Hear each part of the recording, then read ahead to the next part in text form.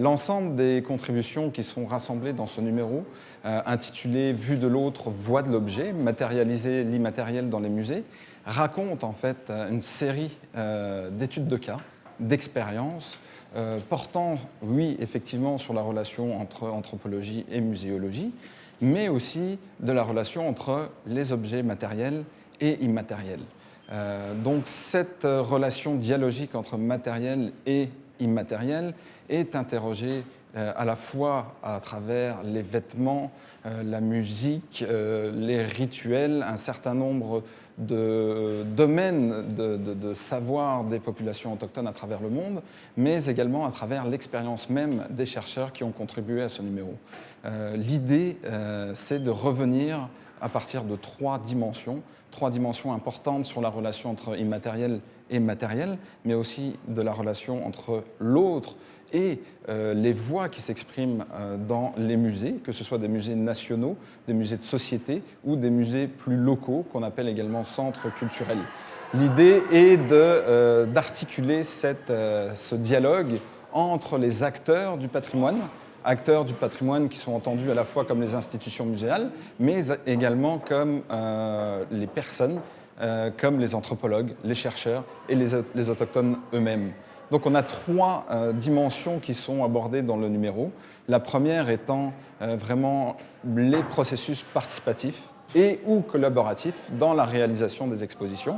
Le deuxième thème abordé dans ce numéro, ce sont tous les défis qui sont liés à la mise en valeur de la dimension immatérielle des objets de patrimoine autochtone. Et la troisième, avec un focus sur l'art comme moyen d'expression et de mise en valeur dans les expositions. Alors on réunit un certain nombre de contributeurs, il y en a 21 au total, 12 articles scientifiques, un essai bibliographique, une entrevue avec un artiste aborigène d'Australie pour interroger à travers le monde la manière dont ces trois thèmes s'articulent au sein d'études de cas spécifiques. Alors ça nous mène au Canada, au Québec, en Australie, au Brésil et évidemment à travers différentes grandes institutions muséales comme le musée du Quai Branly, le Glenbow Museum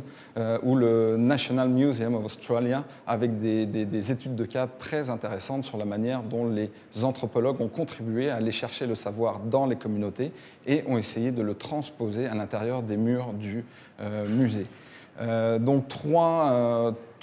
intérêts, trois dimensions qui sont abordées de numéro, avec la première grande partie qui s'intéresse aux objets politiques, de démontrer à travers des études de cas comment l'objet devient un médiateur des relations entre l'autre et le musée, entre l'autre et la société nationale à l'intérieur de laquelle il prend part, à l'intérieur de laquelle il est acteur. Le deuxième grand chantier qui est abordé dans ce numéro, ce sont les pouvoirs des objets, donc la manière dont les objets sont porteurs de savoir, de pouvoir, et en quoi ils participent à la transformation des relations entre autochtones et sociétés majoritaires. Et enfin, le troisième grand chantier, qui est un chantier qui a fait couler beaucoup d'encre ces dernières années, qui continue à en faire couler beaucoup, la manière dont un musée peut se transformer en musée du nous. Comment un musée en tant qu'espace peut devenir un véritable lieu au sein duquel les autochtones prennent part, au sein duquel les autochtones habitent et investissent ce lieu en tant que véritable chez-soi. Dans les thématiques, dans ces trois champs de travail, évidemment, on va retrouver une emphase sur les processus de collaboration, de participation, dans la continuité de ce qui anime évidemment l'anthropologie depuis quelques années, c'est-à-dire la manière dont les peuples autochtones, dans la manière dont ces autres participent activement au processus de recherche et, dans ce cas-ci, adapté à la muséologie, la manière dont les peuples autochtones participent à la réalisation des expositions. Alors, au-delà de ces principes de bonnes intentions, comment ça se manifeste sur le terrain, comment ça s'exprime, quels sont les défis, les enjeux, quelles sont les réussites, quels sont les obstacles. L'ensemble des auteurs abordent ces questions à travers différentes études de cas. L'autre chantier qui participe à la réflexion sur la place des objets et de sa dimension immatérielle dans l'exposition, comment on conserve ces objets, comment on les nourrit, comment on s'en occupe, comment on respecte leur agencéité, pour reprendre les termes d'Alfred Gell. Donc on a une réflexion sur l'agencéité des objets à travers différents exemples. Par exemple, Frédéric Legrand qui montre comment un couteau chamanique est parti des archives à une restitution vers la famille à laquelle il appartenait. On a des réflexions aussi très intéressantes à partir de laquelle ce numéro a été conçu, notamment la page de couverture, qui est une peinture d'artistes aborigènes, qui est comme l'inversion de la carte géographique historique occidentale. C'est une carte, cette peinture aborigène, une carte qui a été inversée, au centre de laquelle on retrouve une cicatrice peinte en rouge, des deux bords de laquelle on retrouve des points d'eau, et qui représente le territoire du rêve des aborigènes australiens. La carte, à l'époque, qui a servi finalement à ouvrir et à comprendre le territoire du point de vue du colonisateur, puisqu'on utilisait cette archive,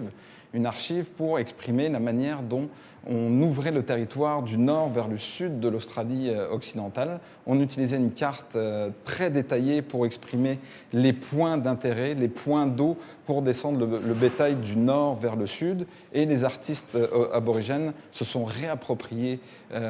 cette représentation pour inverser la tendance, c'est-à-dire un chemin de bétail complètement vide, symbolisé par une cicatrice, et le territoire plein qui entoure ce chemin. Donc, ce numéro est vraiment basé sur une analyse, une documentation des différentes manières, des différentes pratiques politiques de restitution. On a des réflexions également plus